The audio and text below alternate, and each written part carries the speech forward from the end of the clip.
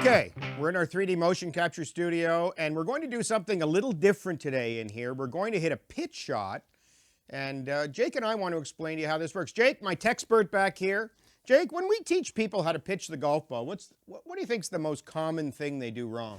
I think people don't use their body enough or correctly because they're too worried about keeping their head down and hitting the ball with their arms and hands for a pitch shot. Yeah, you got it, man. Bingo. So everyone keeps their head locked down and thinks waving their arms back and forth will make them more consistent. But that leads to too much wrist action, no weight flow, and no body movement. And you need body movement in sports. So I'm going to hit a little shot here, everyone.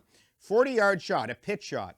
And if you watch great pitchers of the ball like Tiger Woods, you're going to see some body movement and quieter wrists and hands. They're relaxed. There's a little bit of motion in them, but they're not really wristy and armsy and waving their club back and forth.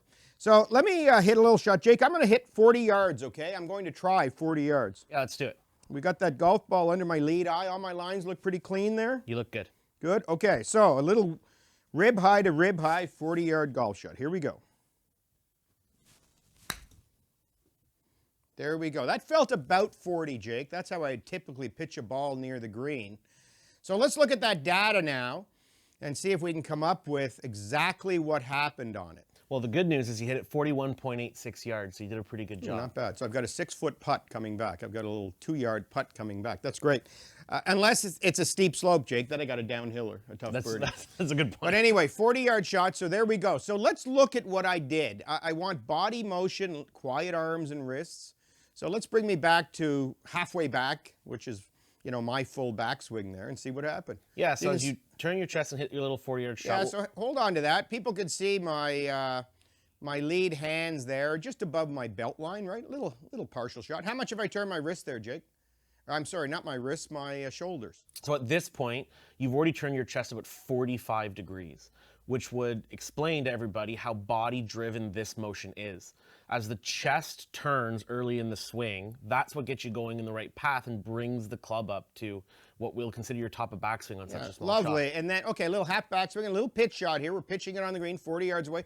Let's turn through it and see what it looks like at the finish, Jake. So I'm moving on to my lead leg, and I rotate. My head continues to rotate with my body, and it's just a nice, quiet little pitch motion. But oh my goodness, I'm 120 degrees, I'm 100 degrees around, Jake, my chest. So I'm more than facing the target. I'm actually past that, just on a little shot. Agreed. And I Isn't mean, that cool? This should make sense, everybody. If you turn your chest and use your body rotation to hit the golf shot, your hands can be more quiet, which means your face can be more square throughout the shot. You can release more athletically and naturally and allow the club to do the work.